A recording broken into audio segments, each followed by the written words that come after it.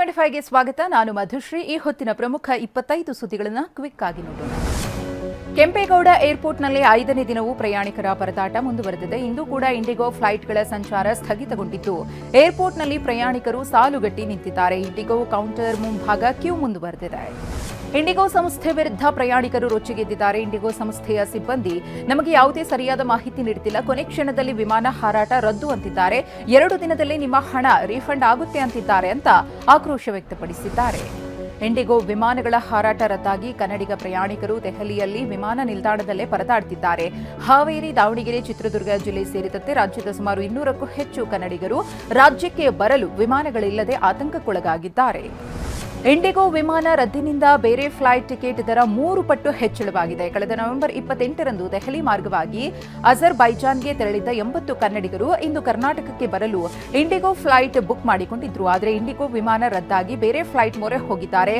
ಆದರೆ ಬೇರೆ ಫ್ಲೈಟ್ಗಳ ಟಿಕೆಟ್ ದರ ದುಪ್ಪಟ್ಟಾಗಿದ್ದು ಆಕ್ರೋಶ ವ್ಯಕ್ತಪಡಿಸಿದ್ದಾರೆ. ಚೆನ್ನೈಗೆ ತೆರಳಲು ಆಗಮಿಸಿದ್ದ ಸಂಗೀತ ನಿರ್ದೇಶಕ ಅರ್ಜುನ್ ಜನ್ಯ ಬೆಂಗಳೂರಿನ ಏರ್ಪೋರ್ಟ್ ಒಳಗೆ ಹೋಗಲು ಪರದಾಡಿದ್ರು. ಯಾಕಂದರೆ ಇಂಡಿಗೋ ವಿಮಾನ ಕ್ಯಾನ್ಸಲ್ನಿಂದಾಗಿ ವಿಮಾನ ನಿಲ್ದಾಣದಲ್ಲಿ ಜನದಟ್ಟಣೆ ಜಾಸ್ತಿ ಆಗಿತ್ತು. ಹಾಗಾಗಿ ಅರ್ಜುನ್ ಜನ್ಯ ಕ್ಯೂನಲ್ಲಿ ನಿಂತು ಒಳಗೆ ಹೋದ್ರು. ಬಳಿಕ ಸ್ಪೈಸ್ ಜೆಟ್ ಫ್ಲೈಟ್ನಲ್ಲಿ ಚೆನ್ನೈಗೆ ತೆರಳಿದ್ರು. ಚೆನ್ನೈನಲ್ಲೂ 29 ಇಂಡಿಗೋ ವಿಮಾನಗಳು ರದ್ದಾಗಿವೆ. ಏರ್ಪೋರ್ಟ್ನಲ್ಲಿ ನೂರಾರು ಪ್ರಯಾಣಿಕರು ಲಗೇಜ್ ಸಮೇತ ಸಾಲುಗಟ್ಟಿ ನಿಂತು ಇಂಡಿಗೋ ವಿಮಾನಯಾನ ಸಂಸ್ಥೆಯ ವಿರುದ್ಧ ಆಕ್ರೋಶ ವ್ಯಕ್ತಪಡಿಸಿದ್ದಾರೆ. ಕೊನೆ ಕ್ಷಣದಲ್ಲಿ ವಿಮಾನ ಕ್ಯಾನ್ಸಲ್ ಎನ್ನುತ್ತಿರುವ ಅಧಿಕಾರಿಗಳು, ಸಿಬ್ಬಂದಿ ವಿರುದ್ಧ ಪ್ರಯಾಣಿಕರು ಕಿಡಿಕಾರಿದ್ದಾರೆ.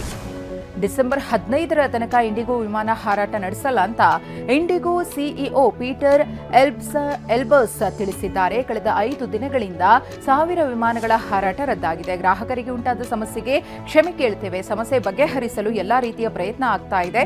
ದಯವಿಟ್ಟು ಪ್ರಯಾಣಿಕರು ಸಹಕರಿಸಬೇಕು ಅಂತ ಹೇಳಿ ಮನವಿ ಮಾಡಿಕೊಂಡಿದ್ದಾರೆ.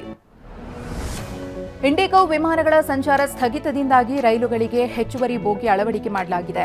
37 ರೈಲುಗಳಿಗೆ ಹೆಚ್ಚುವರಿ 116 ಕೋಚ್ಗಳ ಅಳವಡಿಕೆ ಮಾಡಿರುವುದಾಗಿ ಭಾರತೀಯ ರೈಲ್ವೆ ಇಲಾಖೆ ಘೋಷಿಸಿದೆ.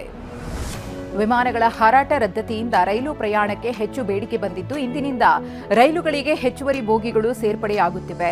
18 ರೈಲುಗಳಿಗೆ chair car sleeper class coach, ಉತ್ತರ ರೈಲ್ವೆಯ 8 ರೈಲುಗಳಿಗೆ 3 ಎಸಿ ಚೇರ್ ಕಾರ್ ಕೋಚ್, ಪಶ್ಚಿಮ ರೈಲ್ವೆಯ 4 ಪ್ರಮುಖ ರೈಲುಗಳಿಗೆ 3 ಎಸಿ 2 ಎಸಿ ಕೋಚ್ಗಳನ್ನು ಅಳವಡಿಸಲಾಗುತ್ತಿದೆ.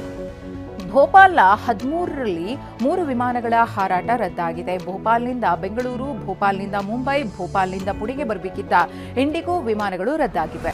ಮಹೇಶ್ ತಿಮರೋಡಿಗೆ ಮತ್ತೆ ಗಡೀಪಾರು ನೋಟಿಸ್ ನೀಡಲಾಗಿದೆ. ಡಿಸೆಂಬರ್ 8ರಂದು ವಿಚಾರಣೆಗೆ ಹಾಜರಾಗುವಂತೆ ನೋಟಿಸ್ ನೀಡಲಾಗಿದೆ.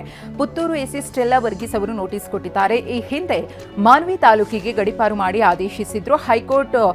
ಹೈಕೋರ್ಟ್ಗೆ ಹೋದಂತಹ ಮಹೇಶ್ ತಿಮರೋಡಿಯವರಿಗೆ ಹೈಕೋರ್ಟ್ ರಿಲೀಫ್ ಅನ್ನ ಕೊಟ್ಟಿತ್ತು. ಸೆಕ್ಷನ್ ಅನ್ನು ಸರಿಪಡಿಸಿ ಹೊಸ ಆದೇಶವನ್ನು ನೀಡಲು ಸೂಚಿಸಿದೆ. ಹಾಸನ ಜಿಲ್ಲೆಯ ಚನ್ನರಾಯಪಟ್ಟಣ ತಾಲೂಕಿನ ಬೆಲಸಿಂದ ಶ್ರೀವನದಲ್ಲಿ ರಕ್ತಚಂದನ ಸಾಗಿಸುತ್ತಿದ್ದ 3ರನ್ನ ಬಂಧಿಸಲಾಗಿದೆ. ಮೂರ್ತಿ, ನಾಗೇಶ್, ನಂಜುಂಡಪ್ಪ ಎಂಬ 3ರನ್ನ ಬಂಧಿಸಿದ್ದು 20 ಲಕ್ಷಕ್ಕೂ ಅಧಿಕ ಮೌಲ್ಯದ ಗಂಧದ ಮರಗಳ ತುಂಡನ್ನು ಜಪ್ತಿ ಮಾಡಲಾಗಿದೆ.